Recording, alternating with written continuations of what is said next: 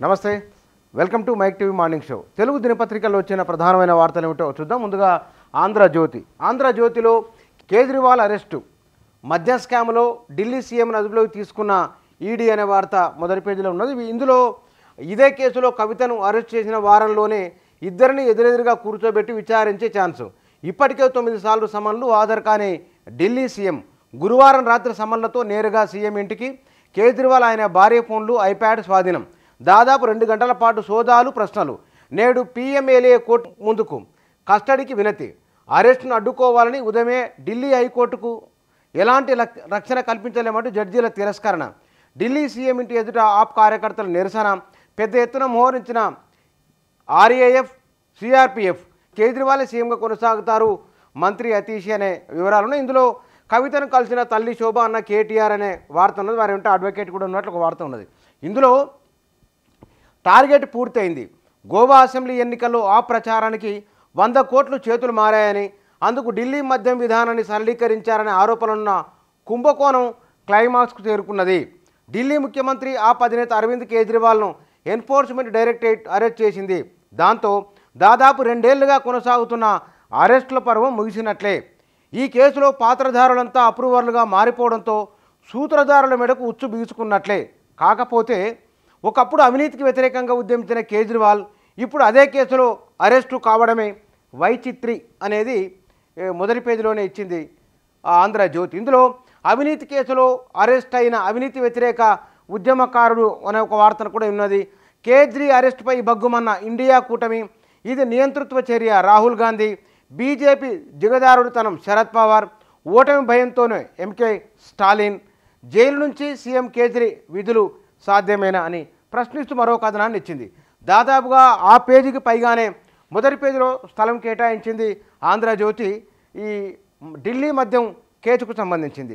కవిత arrest అయిన వారంలోనే ఢిల్లీకి ముఖ్యమంత్రి అరెస్టు కావడం, ఈ 2 అరెస్టులు కూడా లోక్సభ ఎన్నికల ముందే జరగడం, దీనిపైన జాతీయ స్థాయిలో చర్చ జరగడం, ఇవన్నీ పరిశీలించాల్సిన విషయాలు. అయితే ఈడీ అనుకున్నట్టుగానే చాలా వేగంగా ముందుకు వెళుతూ ఉన్నది. దాదాపుగా ఈ కేసుకు సంబంధించి ఢిల్లీ ఉప ముఖ్యమంత్రి కేజ్రీవాల్, కవిత, ఇంతకుముందు ఇదే కేసులో అరెస్ట్ అయిన వారు ఉన్నారు, ఈడీ ముందుకు వెళ్ళిన వారు కూడా ఉన్నారు. ఇక్కడ దాదాపు ఈ కేసు మొత్తం కూడా ఢిల్లీ మద్యం కుంభకోణం కేసు కొలిక్కి వచ్చినట్లుగానే మీడియా కథనాలు చెప్తున్నాయి. ఇక్కడ మా ఆదేశాలను ధిక్కరిస్తారా, ధర్మాసనం వ్యాఖ్యలను వక్రీకరిస్తారా, నిత్యం రాజ్యాంగ వ్యతిరేక పనులైనా తేలిగ్గా తీసుకోమని తమిళనాడు గవర్నర్ పైన సుప్రీంకోర్టు ఆగ్రహం వ్యక్తం చేసి దానికి సంబంధించిన వార్త ఉన్నది. ప్రెస్ ఇన్ఫర్మేషన్ బ్యూరో నిజ నిర్ధారణపై స్టే, ఫ్యాక్ట్ చెకింగ్ యూనిట్ ఏర్పాటును నిలిపివేస్తూ సుప్రీంకోర్టు ఆదేశాలు అనే వార్త మొదటి పేజీలో ఉన్నది. పతంజలి క్షమాపణలు, తప్పుదోవ పట్టించే ప్రకటన ఇవ్వబోమని సుప్రీంకు హామీ అనే వార్త మొదటి పేజీలో ఉన్నది. ఈసీల నియామకంపై స్టే ఇవ్వలేం, సుప్రీంకోర్టు స్పష్టీకరణ. 200 మంది సభ్యుల్లోంచి 2 గంటల్లోనే 6 షార్ట్ లిస్ట్ ఎలా చేశారని ప్రశ్న. ఇక నంబర్లు ఇచ్చేశాం, ఎన్నికల బాండ్ల పూర్తి సమాచారాన్ని ఈసీకి సమర్పించామని ఎస్బీఐ చైర్మన్ సుప్రీంకోర్టుకు అఫిడవిట్ ఇచ్చిన విషయాన్ని కూడా మొదటి పేజీలో ఇచ్చింది ఆంధ్రజ్యోతి. బీఆర్ఎస్కు ఒకే రోజు 268 కోట్ల రూపాయలు. 2021 అక్టోబరు 2023 జూలై మధ్య 4 రోజుల్లో 663 కోట్ల బాండ్లు వచ్చినాయట. దానికి సంబంధించిన వార్త ఉన్నది. ఇందులో ప్రధానంగా మేఘా, యశోద, ఐటీసీ, రహేజా, రాజపుష్ప తదితర సంస్థలకెళ్ళి డబ్బులు వచ్చినాయి. మెగా విరాళాలు 201 కోట్ల రూపాయలు వచ్చినాయి. బీజేపీకి క్విక్ సప్లై 385 కోట్ల రూపాయలు ఇచ్చింది. ఫ్యూచర్ గేమింగ్ మెగా తర్వాత ఎక్కువ బాండ్లు కొన్నది ఆ సంస్థనే అనేది వాటికి సంబంధించిన సమాచారం ఇందులో వచ్చిందిగా. వికసిత్ భారత్ సందేశాలు ఆపండి, కేంద్రానికి ఎన్నికల కమిషన్ ఆదేశం అనే వార్త ఉన్నది. ఇక హోలీలోపు అభ్యర్థుల ప్రకటన, మల్కాజ్గిరి గెలుపు అభ్యర్థిది కాదు ముఖ్యమంత్రిదని రేవంత్ రెడ్డి చేసిన వ్యాఖ్యలకు సంబంధించిన వార్త కూడా ఉన్నదిగా. రైలు టికెట్లకు డబ్బులు లేవు, పార్టీ బ్యాంకు ఖాతాల స్తంభనతో ఎన్నికల ప్రచారాన్ని నిర్వహించలేకపోతున్నామని కాంగ్రెస్ నాయకుల మీడియా మీటింగ్కు సంబంధించిన వార్త మొదటి పేజీలో ఉన్నది. ఎన్నికల తర్వాతే ఎల్ఆర్ఎస్ అనే వార్త ఉన్నది. విశాఖలో కొకైన్ కలకలమనే మరొక వార్త కూడా మొదటి పేజీలో హైలైట్ చేసింది ఆంధ్రజ్యోతి. ఇక ఈనాడులో కేసీఆర్ శకం ముగిసింది, బారాస అధినేత మోదీ ఇద్దరివి అప్రజాస్వామిక విధానాలేని రేవంత్ రెడ్డి ఈనాడుతో ఇంటర్వ్యూకి సంబంధించిన వార్తను మొదటి పేజీలో ఇచ్చింది.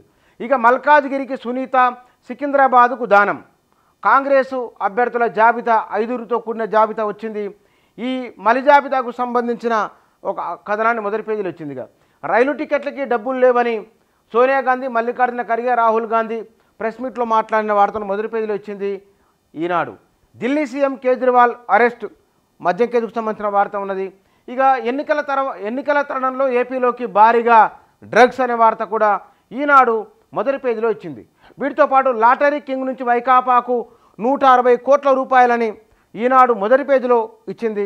ఇక కొత్త ఈసీల నియామకంలో ఎందుకంత వేగమని సుప్రీంకోర్టు ప్రశ్నకు సంబంధించిన వార్త ఉన్నది.